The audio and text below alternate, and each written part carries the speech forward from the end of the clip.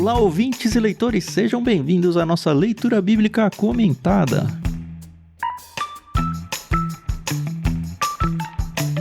Eu sou o Thiago André Monteiro, vulgo Tan, estou aqui com a Carol Simão e com o Thiago Moreira, e hoje é dia de conversarmos sobre assuntos safadinhos, é isso? Nossa, mas é polêmico, né? Bom dia, pessoal, aqui é a Carol Simão. Só isso, bom dia. É que o vermelho não passa no áudio, né, Carol? Exato. Tô vendo que a Carol não vai falar muito no episódio hoje. Pois é, complicou-se. Bom dia, pessoal. Vamos lá, Levítico 18, né? Um texto que vai falar bastante sobre questão de moralidade, sexualidade e as leis que Deus deu e nos orientam a respeito do que é devido ou não nessa área. Isso aí. Lembrando que hoje é capítulo safadinho de coisas proibidas, hein? Sim. Não são coisas pra gente fazer, não. Coisas que a gente não pode fazer.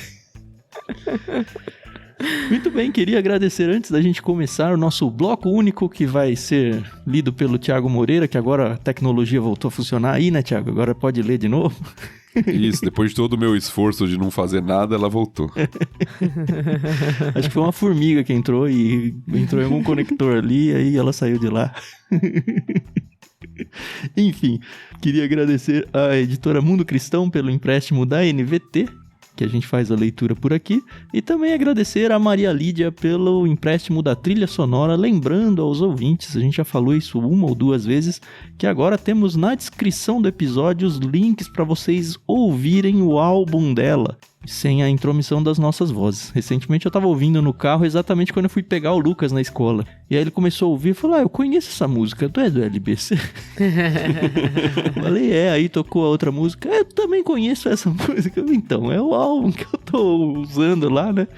Enfim, ouçam que é muito legal. Inspiração em 3 tons, um dia a gente descobre e conta pra vocês o porquê desses 3 tons. Já tem bolão, inclusive, se você quiser apostar sobre o significado disso, é só deixar um comentário lá no nosso Discord.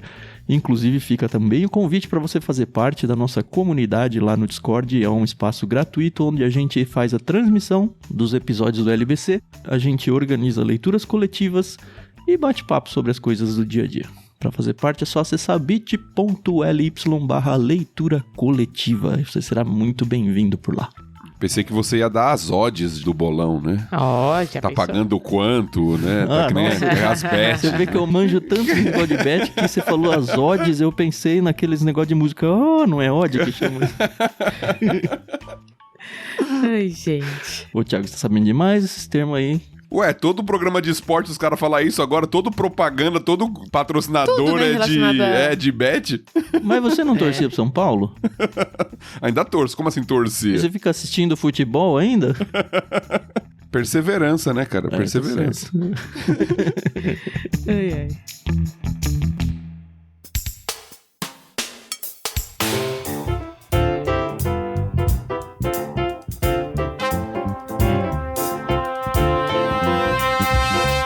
Bom, vamos lá. Um episódio que é bom a gente começar no bom humor porque ele tem potenciais tensos.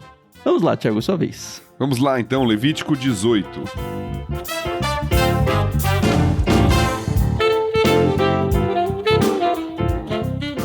Então o Senhor disse a Moisés: dê as seguintes instruções ao povo de Israel. Eu sou o Senhor seu Deus. Portanto, não se comportem como o povo do Egito, onde vocês viviam, nem com o povo de Canaã, para onde os estou levando. Não imitem o estilo de vida deles. Obedeçam aos meus estatutos e cumpram os meus decretos, pois eu sou o Senhor seu Deus. Sim, obedeçam aos meus decretos e aos meus estatutos. Quem os praticar, viverá por eles. Eu sou o Senhor. Jamais tenha relações sexuais com uma parenta próxima, pois eu sou o Senhor. Não desonre seu pai tendo relações sexuais com sua mãe. Ela é sua mãe.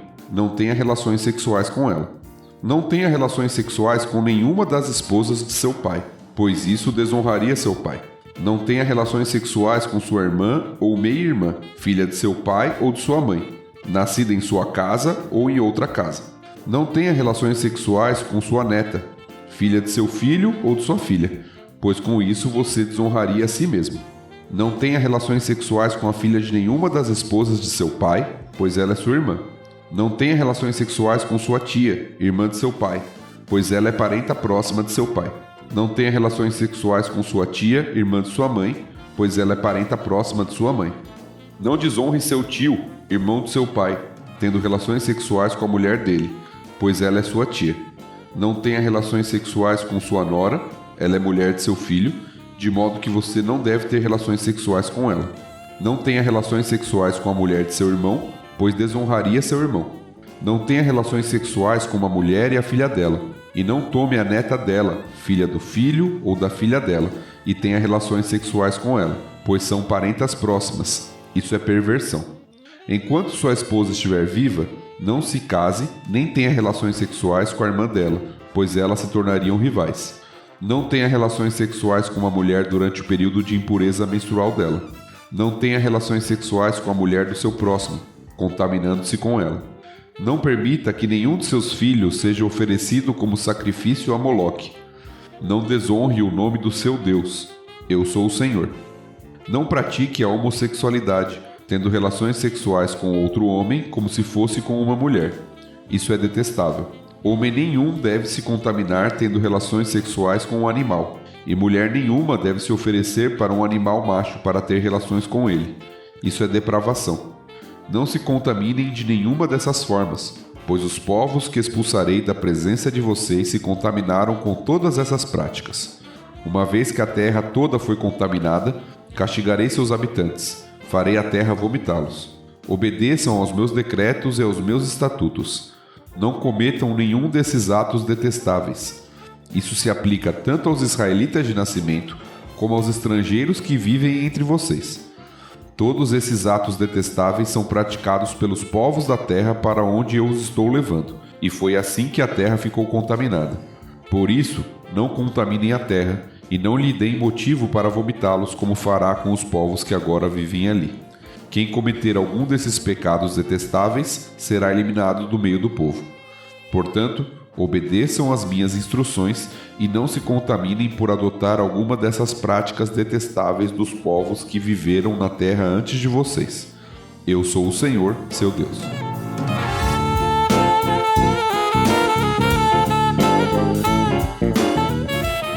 Para quem pensa que a Bíblia é um compêndio de regras, tá aí um capítulo para defender essa tese, né? Sim, pois é. Mas não é, a gente já sabe que não é. Mas esse aqui é um capítulo, um cara mais de leis mesmo, né? Um capítulo mais legal nesse sentido. É interessante até a estrutura inicial, antes da gente entrar nos nãos, infinitos nãos que aparecem aí. E uma das notas de Bíblia de Estudo que eu consultei vai explicar isso aí, coisa que a gente acaba vendo em tudo que é lugar, né? Muitos tratados do Antigo Oriente Próximo começavam com o nome e os títulos do governante que estabelecia o tratado. Essa frase, eu sou o Senhor, seu Deus, apresenta o nome do grande rei, o Senhor, seguido por seu título, seu Deus. Eu acho que traz essa pompa de, agora é um negócio mais sério, é um negócio mais legislativo mesmo, para um início de bloco, né, que vão custar pra gente aí 3 capítulos, do 18 ao 20, os capítulos vão tratar sobre essas práticas proibidas, mais adiante sobre as punições que vão ser dadas para cada um desses casos e como uma pessoa santa, né, uma pessoa separada por Deus, deveria se portar diante disso tudo. Então, esses 3 capítulos a gente vai brincar sobre esses temas aí. Outro autor que eu consultei aqui também, ele falou que esse capítulo tem um formato muito parecido, bem próximo, desses tratados de aliança mesmo. Né? Não só na apresentação, como o Tan falou, né? Nesse preâmbulo que era chamado, onde o governante, né, principal se apresentava nesse tratado de aliança com um povo conquistado ou algo do tipo, mas em outros aspectos. Ele coloca 6 elementos aqui. O preâmbulo, eu sou o Senhor vosso Deus. A retrospectiva histórica, de vocês saíram do Egito, né, onde vocês habitavam. A estipulação básica, né, vocês devem praticar as minhas leis. A bênção, vocês vão desfrutar da vida cumprindo essas leis. Aí os detalhes das estipulações, que vai ser aí do 6 até o 23. Esses nãos, né, que o Tan mencionou, o que não deveria ser feito. e no final as maldições pra quem não cumprir. Isso pensando nos 3 capítulos, né? Não, pensando nesse especificamente. Ah, também. Nos versículos 24 a 30 vai ter lá, ó, se vocês não cumprirem, vocês vão ser vomitados da terra, como os povos que aqui habitavam e tal. Né? Então você tem uma semelhança a esses tratados de aliança, né? Deus como o Senhor estabelecendo ali as normas para o povo e como é que esse povo deveria viver nessa aliança que fez com esse povo. Sim.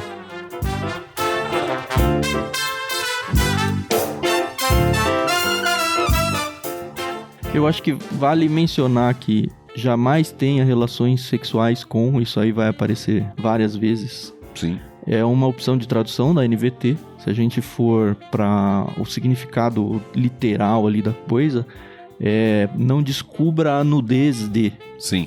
Acho que é bom a gente avisar, porque pode ser que você leia isso em outra tradução e acabe não pegando essa ideia.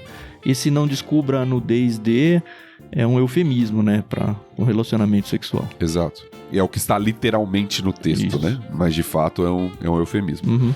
Mas antes da gente entrar nessas questões, né, do que não era permitido dentro da lei israelita ali a respeito, né, das questões de relações sexuais, é interessante nesse início porque tem uma relação com os povos, né? Sim. No início e no final, né, tem esse destaque. 7 vezes é repetida essa expressão que os israelitas não devem se portar como as nações que habitavam Canaã antes deles.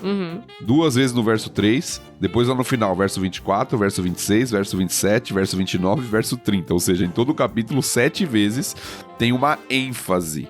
Então note que isso nos dá muito um contexto, né? Por que essas leis estão sendo dadas aqui pro povo de Israel? Porque eles vão chegar para um lugar que tem costumes que não são os costumes morais corretos que Deus quer estabelecer para o seu povo com relação ao casamento e à vida sexual, vamos colocar assim. Sim, sim. E eles têm essa referência pro Egito também no passado recente deles. Exatamente. Vocês saíram de uma cultura que não segue o que é o certo, vocês estão indo de uma cultura que também não segue o que é o certo, e vocês vão estar sob essa influência. Então vocês têm que atentar para os meus decretos.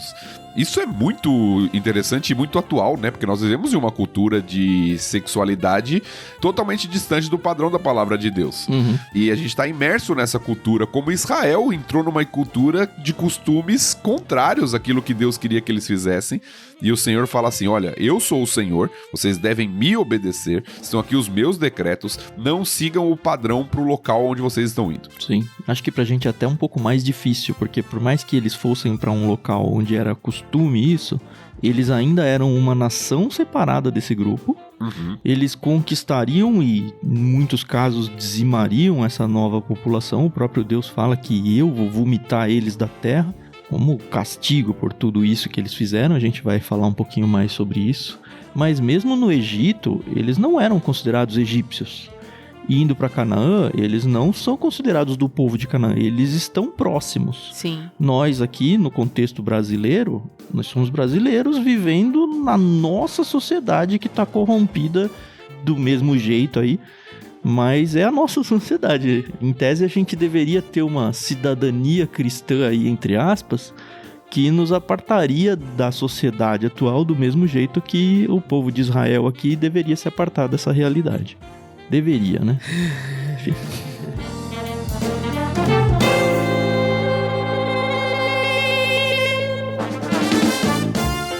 É interessante também essa expressão, eu sou o Senhor, que nós já citamos, porque um autor trouxe algo aqui que realmente parece ser bem interessante. Toda vez que Deus se apresenta dessa forma, eu sou o Senhor, ele diz que tem pelo menos 3 ideias em mente.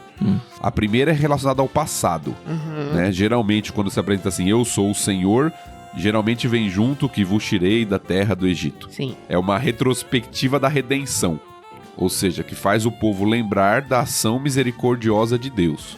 Então, eu sou o Senhor que vos tirei da terra do Egito.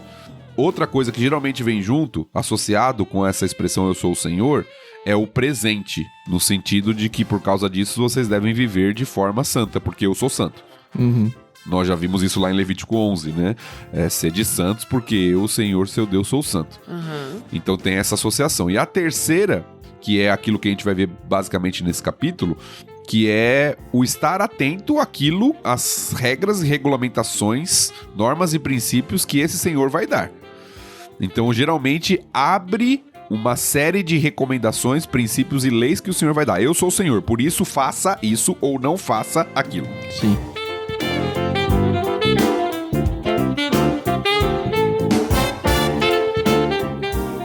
Teve um comentarista que abordou bastante esse tema, tá? Parágrafos e parágrafos falando sobre isso. Acho que a gente não precisa gastar tanto tempo com isso, mas eu acho que é um texto um pouco importante pra gente lidar no verso 5. Sim, obedeçam aos meus decretos e aos meus estatutos. Quem os praticar viverá por eles. Esse comentarista ele aborda muito a questão de que a gente tem que tomar um certo cuidado no sentido de que, olha, se você obedece a Deus, então a vida é garantida. Sabe, com a longevidade e tudo mais. Aham. Ele, obviamente, vai tratar isso, e acho que foi bem sábio da parte dele fazer isso, porque a gente já falou em vários episódios, né? Cara, os problemas vão acontecer, as coisas ruins acontecem também com os cristãos, sabe? Aquela coisa toda. Ao mesmo tempo, a gente vê que nesse capítulo, a mão de Deus é meio que uma promessa de pesar em cima das pessoas que não cumprem os seus estatutos, os seus decretos, as suas vontades que são claramente declaradas aqui. E, obviamente, não está só nesse capítulo, tá? Em vários lugares na Bíblia. Então fica aquela bola meio dividida, no sentido de que, tá, não é garantia de que você vai ter uma vida longa, uma vida boa, mas é quase que uma garantia de que, olha, você é meu, do meu povo, né? Nós aqui cristãos, você é cristão e tá fazendo esse tipo de coisa, saiba que Deus vai pesar sua mão e talvez ceifar sua própria vida, por causa dessas coisas que você tem feito. Então eu acho que, por um lado, eu não ouso dizer que, olha, como a vida vai dar tudo super certo porque eu obedeço a Deus, porque aí a gente flertaria muito com a ideia de salvação por obras ou coisas do tipo. É, exato. Teologia da prosperidade, etc. E eu não gosto desse caminho. Ao mesmo tempo, a gente não pode ser leviano com Deus a ponto de achar que, qualquer coisa que eu fizer, tudo bem, eu sou salvo mesmo, sabe? Deus não se importa, não vai ter consequências. Muito pelo contrário, esse capítulo mostra claramente pra gente que sim, tem consequências duríssimas. É interessante eu datar um pouquinho aqui esse nosso episódio, né? Uhum. A gente tá em abril de 2026 e nesse semestre na igreja nós estamos expondo Provérbios. Uhum. E é muito interessante pensar nisso, porque Provérbios é um texto que vai falar muito sobre isso. Que o caminho do justo conduz à vida e o caminho do ímpio conduz à morte. Sim. Como o Tan disse, isso não é uma regra absoluta, no sentido de que, então um justo nunca vai sofrer ou não vai morrer cedo ou algo do tipo. Ou até o ímpio, que a gente vê tantos prosperando por aí, né? Exato. Mas isso, de alguma forma, estabelece um padrão da vida que Deus estabeleceu e da bênção de Deus sobre a vida. Uhum. Então, quando você vive em obediência, o comum é que você tem uma vida boa nos seus relacionamentos, na sua vida, no seu estilo de vida. Sim. E quando você vive uma vida contrária ao padrão que Deus estabeleceu na sua criação, o mais provável é que você tenha problemas decorrentes disso. Nós estamos falando aqui, por exemplo, de um capítulo que vai falar de questões sexuais. Nós sabemos que boa parte dos problemas de doenças provenientes de questões sexuais é por causa de um estilo de vida contrário da palavra de Deus. E nem só doença, viu, Thiago? Antes de você seguir aí, Sim. a questão de convivência em sociedade, em família, quantas famílias quebradas aí, porque algum desses mandamentos aqui foi, a pessoa, sei lá, teve um relacionamento dentro da família, a família inteira se quebra com um negócio desse, sabe? Sim, sim. Homicídios passionais, Sim. né, e uma série de coisas. Então, é um princípio de sabedoria, de que Deus abençoa quando a vida está sendo vivida de acordo com o padrão que ele mesmo estabeleceu. Sim. Uhum. Uhum. Então, o desfrutar da vida por meio dos mandamentos de Deus é considerado uma bênção. Por isso que Provérbios vai falar pro jovem, olha, cuidado com a mulher adúltera e desfruta a vida com a mulher que o Senhor te deu. A devocional foi em Provérbios 5 hoje, falou basicamente isso, né? Exatamente, exato. Eu preguei esse texto recentemente na igreja. Então, tem essa questão da consequência da vida. E olhando para a lei israelita, isso se torna ainda mais claro. Geralmente a gente pega aquele texto, né? Honra teu pai e tua mãe para que te prolonguem os teus dias na terra. Sim. A gente lê assim como uma ideia de longevidade, e é claro que isso está envolvido, mas pensa no contexto da lei israelita. O filho rebelde, o que acontecia com ele? Era punido com a morte. Dependendo do nível de rebeldia, chegava até a morte. Sim. Ou seja, se você honrar seu pai e sua mãe, você vai viver mais. Por quê? Porque o rebelde vai ser morto. Se você seguir o padrão de Deus, aqui vai acontecer a mesma coisa. O adultério, em muitos casos, também a punição era a morte. Então, se você não segue, você não vai desfrutar a vida. Agora, se você segue, você vai desfrutar a vida de Deus por meio do povo de Deus na terra que Deus estabeleceu para o seu povo. Então tem um contexto da nação ali também e de como esses pecados contrários ao que Deus tinha estabelecido tinham suas punições. Inclusive sobre a nação. Sim. Porque a gente vai chegar na parte final do capítulo, a gente até já mencionou, que Israel, se não seguisse a lei de Deus, seria punida por causa disso. Isso aconteceu na história. Sim, seria vomitada da terra. Eu vou vomitar vocês do mesmo jeito que eu vomito os outros. Aconteceu com os assírios, aconteceu com os babilônios. Exato, eles foram para cativeiro por causa de idolatria, por causa que não seguiram a lei de Deus. Então a vida deles foi prejudicada por não obedecer os mandamentos. Sim.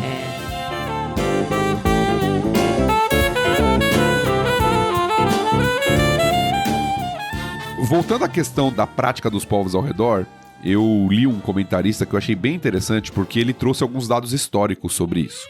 Sobre os egípcios e sobre os povos cananeus ao redor de Israel, sobre algumas práticas deles. Né? Então ele diz o seguinte: na família real egípcia, irmãos casavam-se com irmãs. Isso era comum. Você vai ver que é uma das leis aqui que não deveria acontecer em Israel. Então lembra que a gente falou no começo aí do episódio que boa parte dessas leis tem como motivo a não imitação dos povos ao redor. Sim, verso 3. Mesmo porque Abraão era irmão de Sara, né? Sim. Não, tem vários que caem aí nisso daí e deveriam, se a gente for seguir nos outros capítulos aí, a punição pra eles deveria ser a morte, mas não tava vigente ainda. Exato, ainda não tinha essa lei, né? E lembra que Abraão também vem do contexto pagão. Sim, é verdade. Antes de ser chamado para ser, né, o patriarca ali, ele vem do contexto pagão. E talvez algumas dessas leis, né? Talvez, eu tô só imaginando aqui, também o povo olhava e falava assim: é verdade, né? De fato, nós não podemos casar com duas irmãs. Olha o que aconteceu lá com Jacó. Eu trouxe até uma listinha de personagens bíblicos que caíram nas coisas aí. Não, e as consequências que isso trouxe, né? A rivalidade, o texto até fala, as irmãs vão se tornar rivais. É o que aconteceu exatamente com Raquel e com Lia, né? Exato. É verdade, verdade. É o que você vê na história, toda a confusão que tem naquela família por causa disso. Talvez algumas dessas leis faziam o povo olhar pra trás e falar: é verdade, não vale a pena mesmo. Olha o que aconteceu lá. Não, é verdade. Sim, sim. Didático. Sim. Por exemplo, as leis de Hammurabi, voltando à questão, e dos hititas, não proibiam algumas das relações incestuosas colocadas aqui. A referência à homossexualidade entre os cananeus, também na Mesopotâmia. A bestialidade, né, a sexualidade com animais, né, no verso 23, também é conhecida com base em fontes egípcias, cananeias e hititas. Tinha até um ritual que ele fala aqui que envolvia a coabitação de mulheres e bodes. Nossa, imagine que terrível isso aqui, né? Mas só pra contextualizar como tudo isso era... A gente olha numa sociedade como a nossa hoje e pensa que tudo isso aqui é distante, algumas dessas coisas pelo menos, dessa questão da bestialidade e tudo, né? Mas que era muito comum em alguns povos ao redor.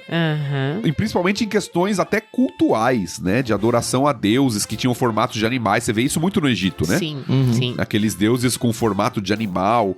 Então tudo isso estava envolvido. A questão de Moloque, que a gente vai falar, que envolvia o sacrifício de crianças, mas também envolviam questões de sexualidade nesses sacrifícios. Então tudo isso era o que estava ao redor de Israel. E é por isso que essas leis vêm: olha, não façam isso, não imitem. Eu sei que vocês estão vendo isso, eu sei que isso é comum nos povos onde vocês estão convivendo, mas esse não é o padrão de vocês. Esse não é o padrão pra vocês, porque esse não é o meu padrão, Deus falando, né? Sim, sim.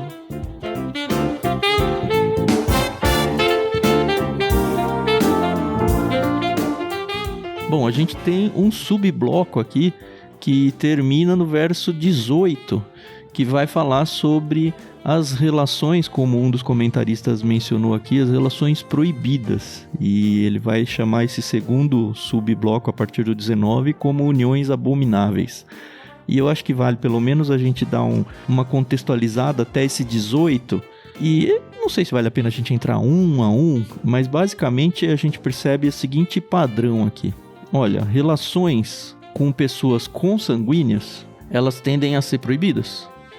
Então você vai ter aí a sua mãe, a madrasta, era comum ainda, infelizmente, a poligamia e tudo mais, a irmã ou meia-irmã, mesmo que não morasse com você na sua casa, a neta, a filha da madrasta, sabe?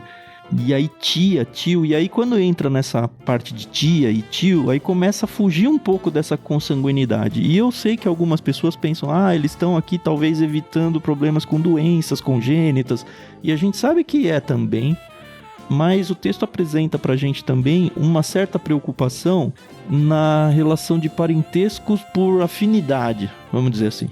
Então, a gente traz esse parentesco por afinidade junto com esse parentesco consanguíneo de que, olha, não pode. E eu vi muita gente indo para a defesa de que isso, na verdade, está trazendo um reflexo lá do Gênesis 2, quando Deus funda a instituição do casamento e fala, olha, se torna uma só carne. Então, para pegar o primeiro exemplo que ele dá aqui, olha, a sua mãe... Tem até algumas traduções mais antigas que falam, não descubra a nudez do seu pai. E aí você fica, opa, o que tem a ver a nudez com o seu pai? A nudez do seu pai é a sua mãe, no caso. Que a nudez da mãe pertence ao seu pai, não é seu. Então, se a gente for olhar isso, olha, um relacionamento montado, um casamento formado, tornou dois em uma só carne. Então, qualquer corrupção a essa ideia... seja de mãe, de filho, de sobrinho, de neto, o que for, é uma corrupção que deve ser evitada, porque você está avançando um sinal que não se pode fazer. Sim. É interessante que, ao mesmo tempo, você tem uma relação aqui que o autor está colocando aqui para nós, né, Moisés, sobre a orientação, evidentemente, do próprio Deus, falando a ele, que ao mesmo tempo que Israel não deveria buscar relacionamentos, casamento com povos que não fossem da própria nação de Israel, você tem um limite também de proximidade. Então, às vezes, buscava alguém da mesma tribo, isso era comum, Sim. Né, da mesma tribo de Israel ali, mas não poderia ser, como o Tan mencionou aqui, tão próximo nessa questão de consanguinidade. Sim. Talvez a gente não vai falar todos como o Tan falou, mas um autor aqui facilitou pra gente, fez uma listinha, só pra ficar mais claro aqui pra quem tá nos ouvindo. Boa. Mãe, tia, irmã do pai ou da mãe, madrasta, tia por casamento, ou seja, esposa do tio, irmã, meia-irmã, cunhada, nora, enteada, neta e neta enteada. Nossa. É a listinha aqui de proibições de relação sexual. Sim.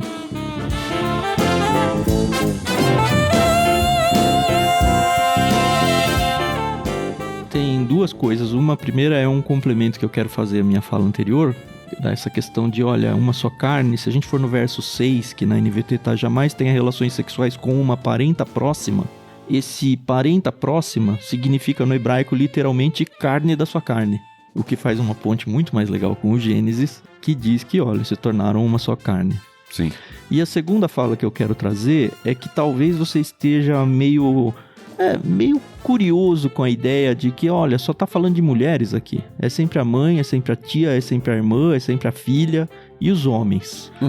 Obviamente, por expansão, a gente também proíbe o relacionamento, porque, enfim, o homem vai se relacionar com a mulher. Então funciona pro tio, funciona pro pai, funciona para todos. A questão é que aqui é uma lei dada para uma sociedade patriarcal, onde um princípio está sendo passado aqui, e se não pode o pai com a filha, não pode a filha com o próprio pai, sabe? Então é meio que eu tô passando a informação pros dois sexos, só que passando de uma forma explícita, usando o homem como aquele que seria o responsável por forçar, talvez, o relacionamento, se fosse um relacionamento forçado. Sim. Porque, assim, não eram nem as mulheres que escolhiam os seus maridos como a sociedade de hoje atende, sabe? Eram os homens que procuravam os relacionamentos e as mulheres meio que só aceitavam. As negociações eram feitas com os pais sobre as próprias filhas, sabe? Era o que era. Então, não fica confuso com essa ideia de, é só porque só a mulher. Não, é os dois. Sim, tem um comentarista que fala exatamente isso. Ele fala assim, elas regulam somente a escolha do homem porque ele geralmente tomava a iniciativa na época bíblica. Uma mulher que consentia em uma união ilícita, no entanto, era considerada igualmente culpável e sofria a mesma punição que o seu parceiro. Aí ele cita Levítico 20, que a gente vai chegar ainda, onde vai falar dessas punições, né? Sim.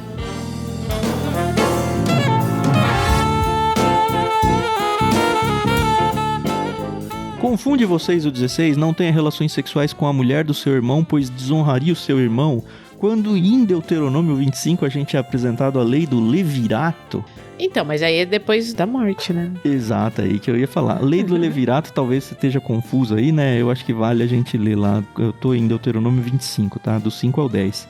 Se 2 irmãos estiverem morando juntos na mesma propriedade e um deles morrer sem deixar filhos, a viúva não se casará com alguém de fora da família. O irmão de seu marido se casará com ela e eles terão relações sexuais. Desse modo, ele cumprirá os deveres do cunhado.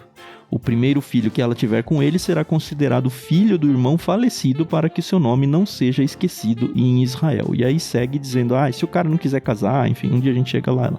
Mas a preocupação aqui é outra, não é a promiscuidade do relacionamento, sabe? É a continuidade até da herança física mesmo, das terras e tudo mais, que uma pessoa ficou pelo caminho e ia perder, sabe? Ia se perder.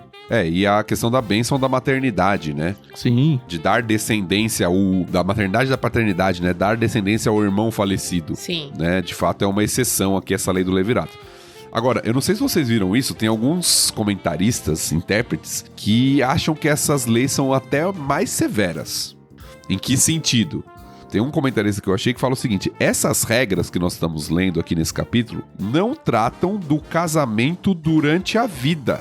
Então, por exemplo, ele cita, né, um dos exemplos, durante a vida de um irmão ou de um tio, porque isso já estaria incluído na proibição do adultério. O casamento após do primeiro marido da mulher ou após ele se divorciar dela é que é proibido aqui. Ou seja, por exemplo, uma pessoa casar com a tia depois que o tio morreu. Não poderia. Eu entendo que não também. Talvez a chave disso esteja, por exemplo, no 18. Porque o 18 ele é o único que é específico: enquanto sua esposa estiver viva, não se case nem tenha relações sexuais com a irmã dela. Meio que implicitamente dando a permissão de que, se for depois da morte, a irmã dela pode. Aí tudo bem. E se tem essa ressalva aqui e não tem nos outros, é porque nos outros nem nesse caso. Essa é a minha leitura. Mas geralmente a gente olha esse texto, parece ser questão de durante a vida, né? Você não vai adulterar. Sim. Mas alguns expandem isso, né? E falam, não tá falando de adultério aqui. Adultério já era proibido em qualquer caso. Você não pode casar, por exemplo, com a sua tia se seu tio morreu. E a única exceção seria a lei do levirato para gerar descendência. Sim. E eu entendo o adultério mais lato, assim, no 20, não tenha relações sexuais com a mulher do seu próximo, contaminando-se com ela. E aí é qualquer mulher, e aí sim, quase que por definição, o adultério. Sim.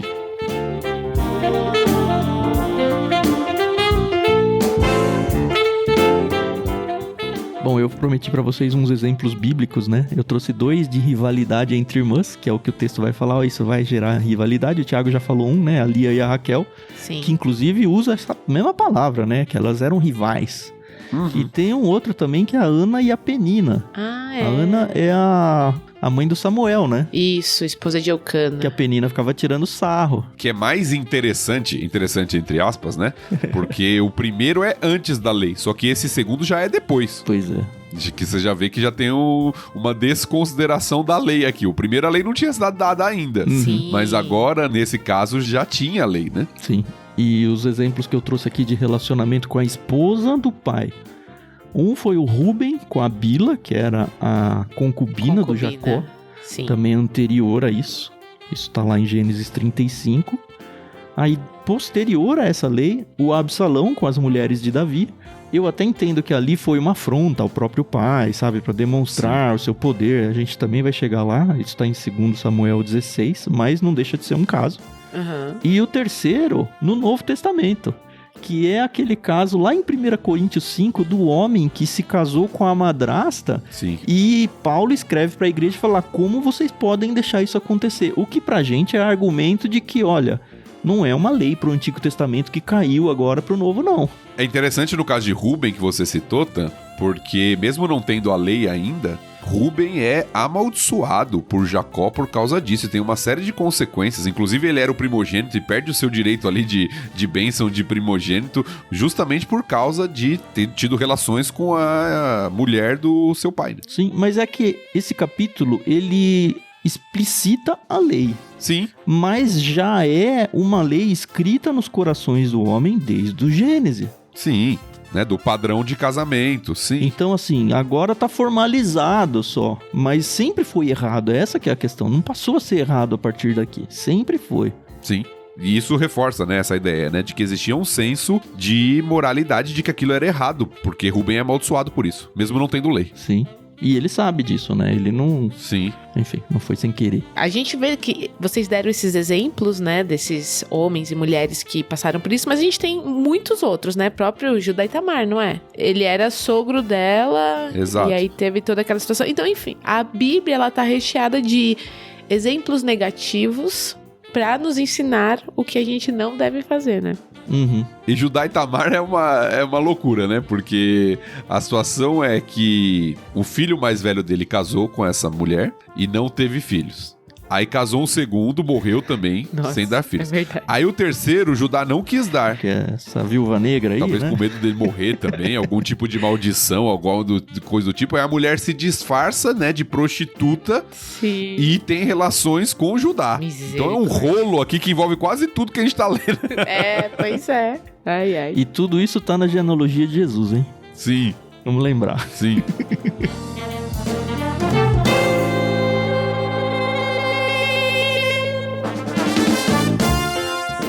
Bom, a gente entra no segundo subbloco aí a partir do 19, que, como eu falei, foi creditado por um dos comentaristas como uniões abomináveis.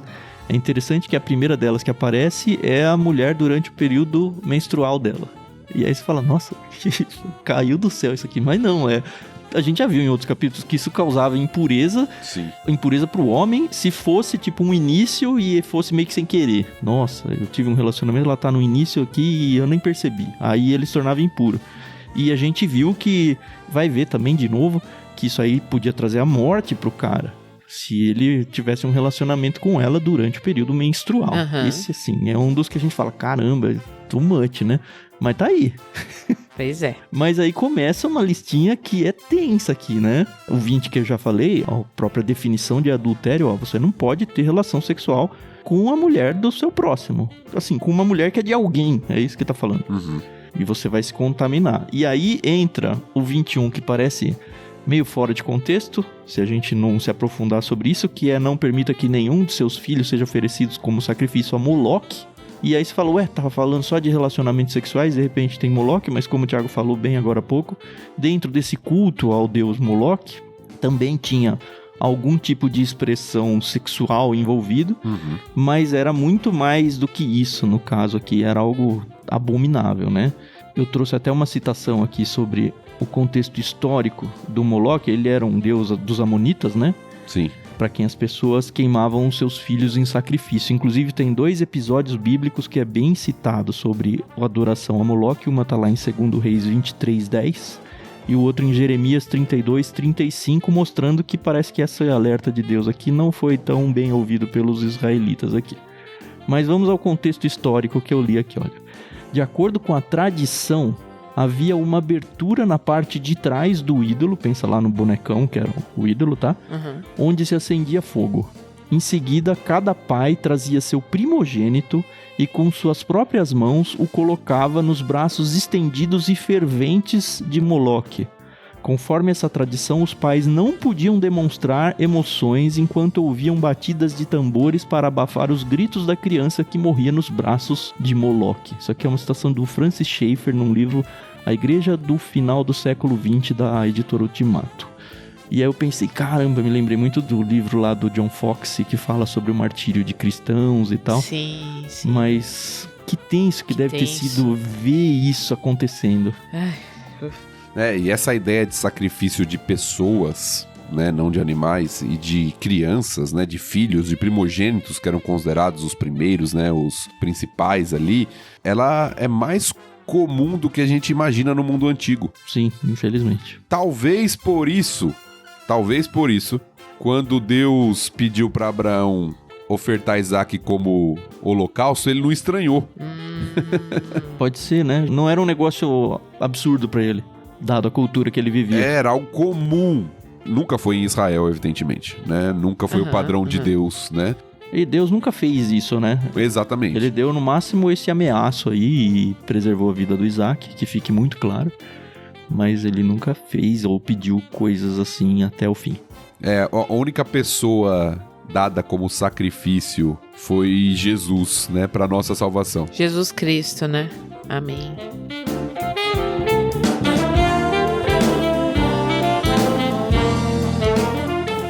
Bom, então a gente volta, né? A lista à questão mais sexual. Sim.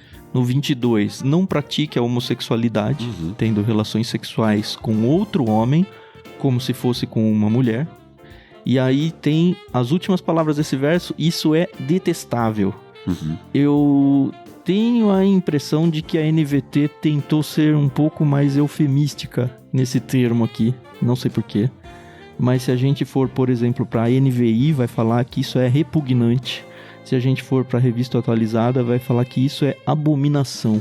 Tamanha a ofensa a Deus, sabe? Eu acho que não é eufemismo não, Tan, porque a palavra abominação, ela pode até parecer mais forte para nós, mas ela tem origem na raiz da palavra que significa odiar ou detestar. Entendi. Então, literalmente, abominação é algo detestável, odiado por Deus. Isso seria o significado de abominação. Então, traduzir como detestável faz parte do campo de significado da palavra mesmo, né? Sim.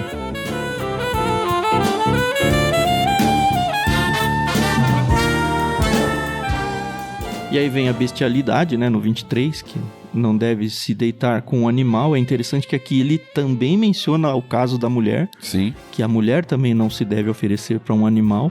A gente vai ver em capítulos mais adiante as punições para isso, é morte, tá? Em todos eles, sim, inclusive do animal. E eu acho que é interessante a gente pontuar aqui algo. Todos esses exemplos que estão sendo dados aqui, desde o adultério até a homossexualidade e a bestialidade que nós citamos agora, eles são contrários ao padrão estabelecido por Deus em Gênesis. Esse é o ponto. Sim. Por isso que é uma afronta direta ao que Deus fez. Deus fez para ser de uma forma. Ao plano original, né? Ao plano original, exato. Por isso que esses pecados eram tratados tão severamente, né? A morte, como o Tam mencionou, que a gente vai ver em outros capítulos. O adultério, por quê? Porque Deus criou o casal, homem e mulher, para se tornar uma só carne. Não é para você ter relação com mulher de outra pessoa. A homossexualidade, porque está distorcendo o padrão de homem e mulher que Deus estabeleceu. A bestialidade também está distorcendo o padrão que Deus estabeleceu de homem e mulher, não é homem com animal, né? Inclusive no contexto lá de Gênesis 2 da criação da mulher, tem esse contraste muito claro. Tem os animais, cada um tem o seu macho e fêmea, sim, mas não tem um correspondente ao homem. Aí Deus vai lá e cria a mulher. Né? Então você está ferindo aquele padrão. Deus criou algo justamente para não distorcer esse padrão. Você está voltando para algo que não deveria fazer, né? Então todos eles são contrários ao plano do Criador. Então por isso que é visto como uma afronta a Deus, porque Deus não criou para ser assim. Eu recortei uma situação que vai muito em linha do que você falou aí, Thiago. Correndo o risco de ser repetitivo, eu vou ler. Infelizmente eu não anotei de onde eu arranquei essa, mas em Gênesis 1:31, Deus declarou boas todas as coisas. A gente viu isso lá na criação. Isso produziu uma teologia da ordem criada, na qual se define bom aquilo que Deus criou em sua função original. Como você disse, né? Uma parte desse bom foi a criação da mulher como companheira do homem, Gênesis 2:22-24. O casamento forma um microcosmo da raça humana, tornando-se uma versão coletiva da imagem de Deus. Gostei muito disso. O pecado introduzido na queda, lá em Gênesis 3, rompeu essa ordem criada. A homossexualidade é nada menos que um exemplo da violação pecaminosa da ordem de Deus. Ela está vinculada à rejeição de Deus por parte da humanidade caída. É da Bíblia de Estudo NVT, tá bom? Ah, foi de lá mesmo então. Beleza. E aí eu fiquei pensando, até porque teve um outro autor, George MacDonald, dentro de toda a sua argumentação, ele escreveu a seguinte frase: a moral do indivíduo é fruto de sua teologia, isso é, de seu conceito sobre Deus. E aí eu fiquei pensando muito sobre essa frase. A moral do indivíduo, de uma pessoa única, é fruto da sua teologia, isso é, do seu conhecimento sobre Deus. E eu fiquei meio com medo dessa frase, por quê? É verdade quando a gente está falando nos nossos dias aqui sobre um cristão, beleza? Beleza. Agora pensa num não cristão. e eu vou reler. A moral de um indivíduo é fruto de sua teologia, isso é, do seu conceito sobre Deus.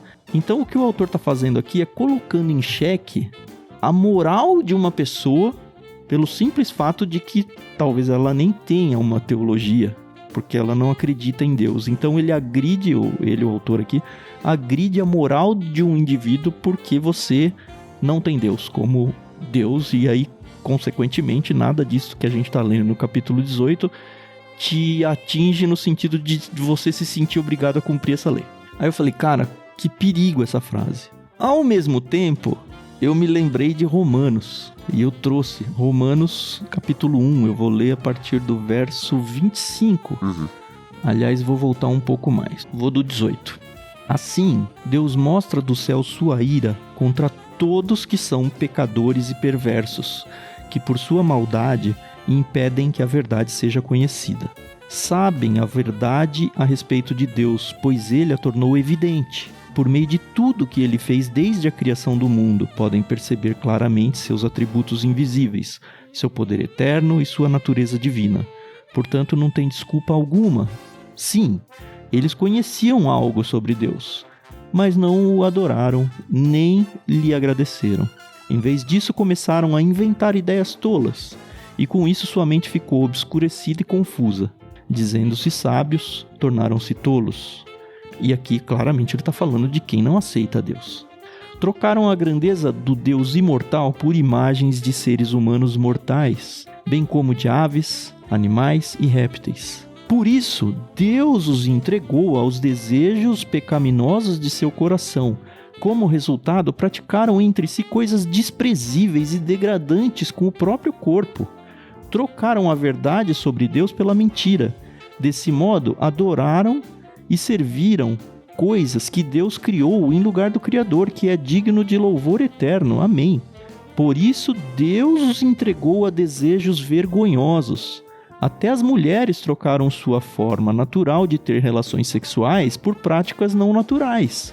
E os homens, em vez de ter relações sexuais normais com mulheres, arderam de desejo uns pelos outros. Homens praticaram atos indecentes com outros homens e, em decorrência desse pecado, sofreram em si mesmo o castigo que mereciam. Uma vez que consideraram que conhecer a Deus era algo inútil, o próprio Deus os entregou a um inútil modo de pensar, deixando que fizessem coisas que jamais deveriam ser feitas. A vida deles se encheu de toda espécie de perversidade, pecado, ganância, ódio, inveja, homicídio, discórdia, engano, malícia e fofocas.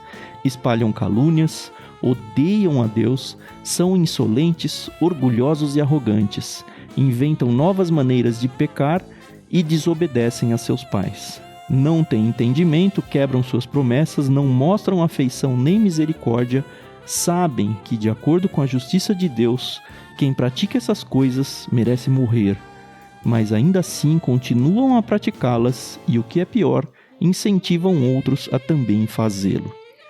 E é um dos textos que me arrebenta, assim, pensando na sociedade atual, porque é Deus falando: eu já me revelei desde o começo, eu já mostrei a regra lá no Gênesis, e vocês voluntariamente decidiram fingir que eu não existo, e contra mim. Então, eu mesmo vou deixar vocês se afundarem na lama que vocês mesmos criaram. E aí você pode falar, tá, Otan, você pode falar isso daí, mas você tá lendo um capítulo para cristãos, que tem a ver com cristãos. Como que eu vou sentir que isso é para mim? Com o que apareceu no próprio fim do capítulo 18. No 24 aqui, voltando para Levítico, né? Não se contaminem de nenhuma dessas formas, pois os povos que expulsarei da presença de vocês se contaminaram com todas essas práticas. Uma vez que a terra toda foi contaminada, castigarei seus habitantes. Farei a terra vomitá-los. E aí eu pergunto, aqueles povos eram tementes a Deus? Aqueles povos seguiam a Deus? Não. Ainda assim, eles contaminaram aquela terra. Ainda assim, eles ofenderam a Deus a ponto de Deus fazer que a terra vomitasse eles, a ponto de Deus trazer condenação para eles como nação, mesmo sendo uma nação que não era submissa a Deus. Por quê?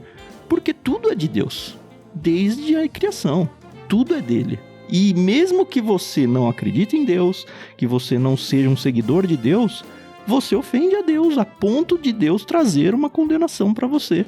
E aí eu falei, tá, é dura, uma mensagem pesada, mas não dá pra dizer que não tá na Bíblia. Sim. E quando a gente fala a respeito disso, né? Primeiro que a gente tá aqui comentando o texto bíblico, então a gente tem que ser muito fiel ao que o texto está nos dizendo. E isso pode ser um tanto quanto difícil na sociedade de hoje, né? Debater esse tipo de assunto. Mas ao mesmo tempo a gente precisa lembrar que isso é listado como pecado, um pecado que ofende a Deus, como nós lemos, mas que não é também uma condição irreversível nas Escrituras. Né? Nós temos o texto de Coríntios, a igreja em Corinto, né? Nós já comentamos Corinto, de que muitas daquelas pessoas que se converteram, elas praticavam a homossexualidade antes da sua conversão e foram transformadas pelo evangelho. Então não é algo que a pessoa... Então se a pessoa ela cometeu homossexualismo ou ela é homossexual, ela tá fadada, agora ela tá no inferno. Muita gente coloca assim, né? Não tem mais o que fazer, como se fosse um pecado capital ou algo do tipo. Não. Existe graça de Deus e existe misericórdia para a transformação de qualquer pecador e de qualquer pecado na vida de uma pessoa. Uhum. Sempre bom a gente colocar esse parêntese para não parecer... Sim. Algo que é muito extremado na nossa cultura hoje, os debates sobre isso, né? Até a própria fala de Deus aqui para o seu próprio povo, né? No 26, né? Obedeçam aos meus decretos e aos meus estatutos, não cometam nenhum desses atos detestáveis. Isso se aplica tanto aos israelitas de nascimento como aos estrangeiros. Ele está formando a moral do seu próprio povo. Sim. E como você falou, lá no Novo Testamento ele vai ter um caso de recuperação ali. A gente já viu todos esses exemplos errados que a gente mencionou, que foram de alguma forma perdoados ou abençoados. Alguns deles fizeram parte da própria genealogia de Jesus. Exato. E assim, o perdão e a misericórdia de Deus tá aí na esquina. Mas não pense que posso fazer qualquer coisa que não vai ofender a Deus. As duas coisas são verdadeiras. Difícil, né? Nossa, demais. É por isso que eu me calo, entendeu? Porque... Tá com medo de ser cancelada, Carol? É isso? Pelo contrário, não tenho que cancelar quando a gente não tem esse conhecimento, entendeu? Uhum. Eu tô feliz de estar aqui aprendendo. Não, eu acho que a gente tem que abraçar mesmo esse viés que o Thiago trouxe. Porque assim, esse texto bate em muita gente. Talvez ele bata em nós. Talvez não nos pontos mais profundos ou mais que a sociedade entende como críticos, mas em alguns pontos menores, mas ele bate. Sim. Se não em todos, a maioria ou boa parte de nós, sejamos nós cristãos ou não. A pergunta que fica é, tá, o que eu vou fazer com essa informação? Como que eu vou lidar? Eu sou o seguidor de Cristo? Eu tenho Deus como meu Senhor? Tá muito claro o que ele espera de mim aqui e o que ofende a ele. Eu não sou seguidor de Cristo, eu não tenho Deus como o meu Senhor. Puxa, mas talvez assim, sabe? Quando você deita na cama e tá só você com você mesmo, eles falam, tá, mas e aquele 1% de chance de que se Deus existe mesmo e isso for verdade, sabe? Será que eu não deveria pensar a respeito disso? E nas consequências que isso pode trazer para mim? No começo do capítulo a gente falou isso daqui. A questão de prolongar sua própria vida, sabe? A questão de trazer consequências pesadas para você, que por mais que você não seja cristão ou acredite em Deus, não vão deixar de te atingir consequências que talvez você não queira para você. É um texto duro, é um texto que faz a gente pensar. Esse texto do capítulo 18 não mostra pra gente a misericórdia, não mostra pra gente uma escapatória, mas esse texto tá na Bíblia, e a Bíblia mostra. Sim. Até porque é um texto de lei, né? Isso. Que tem o intuito de mostrar o que deveria ser feito e o que não deveria ser feito. Não é um texto de restauração, que vai ter em outros momentos, né?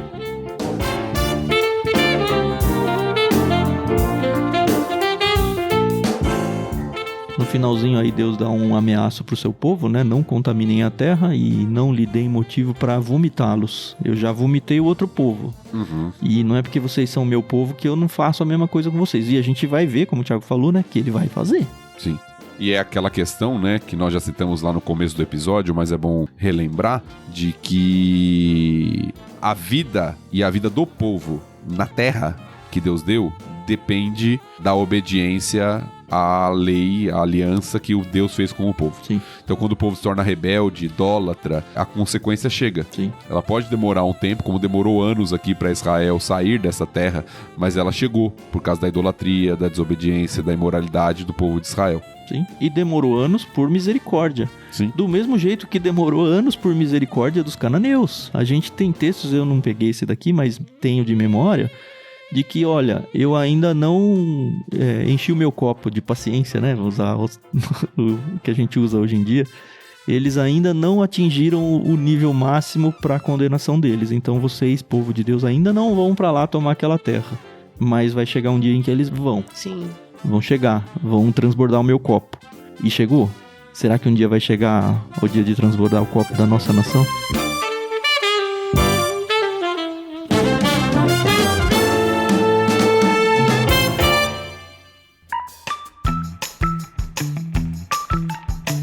Capítulo duro, eu tava com medo dele.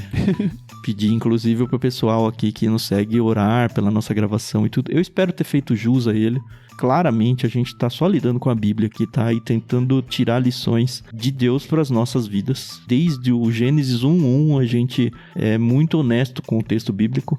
E a gente tenta trazer para vocês o que tá escrito ali. E o que a gente pode fazer em relação àquilo. E às vezes a gente vai passar por textos difíceis, textos duros. E o objetivo nunca é machucar ninguém. Muito pelo contrário, é salvar as pessoas, é ajudar as pessoas a se encontrarem com o Salvador da vida delas. Amém.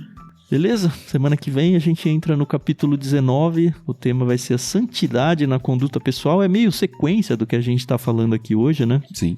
Mas eu acho que é talvez não tão pesado, pelo menos. E é um capítulo que talvez tenha o versículo mais famoso do livro de Levítico. Fica aí pra sua curiosidade. Toda vez você fala isso de algum outro capítulo? Não, esse aqui é o capítulo que talvez tenha o versículo. O versículo. Não o evento, que foi o dia da expiação. O versículo mais famoso de Levítico. Se você não sabe ainda, fica a sua curiosidade pro próximo episódio. Vai ler, né? Não é o não Robin do 11? Não, é do 18. Tá bom, vou deixar você curioso aí, assim você abre a Bíblia no seu aplicativo e lê. É isso aí. Ai, muito bom. Obrigado por dividir esse fardo comigo, tá, Carol e Thiago? Foi Tamo muito junto. bom. Não abri minha boca hoje. Mas você ficou aqui o tempo todo, hein? O pessoal não achem que a Carol fugiu, não. Ela só tava Não, aqui com nem medo parei mesmo. pra amamentar a Alice. Ela, inclusive, tá dormindo esse tempo inteiro aí. Um assunto tão sério que era, então. Ela colaborou. Beleza, então. Não se esqueçam de apoiar a gente, até financeiramente, tá? Procura lá catarse.me/ictus. Tem o link na descrição do programa. Tem a nossa chave Pix também, se você quiser abençoar o projeto aí em ofertas voluntárias, pontuais e tudo. É uma opção muito interessante também. E não se esqueçam de vir pro Discord. Conforme a gente foi gravando, várias pessoas foram chegando aí. Então sejam todos bem-vindos aí. Meio atrasado, né? Mas é muito bom ter esse espaço de conversa dividido com vocês, tá? Obrigado pelos comentários que vocês vão escrevendo aqui ao longo da gravação. Às vezes a gente consegue interagir, às vezes não, mas é sempre muito gostoso ficar ouvindo vocês interagindo com a gente. Então, se você quer fazer parte disso, vem com a gente, é de graça, já falei isso 1000 vezes. Vem porque é só alegria pra nós ter você com a gente, tá bom? Semana que vem a gente volta, então. Muito obrigado pela audição e até mais. Tchau, tchau. É isso aí, pessoal. Agradeço a paciência, a audiência de vocês. São textos aí que a gente tem que passar e tem que aprender, entendeu?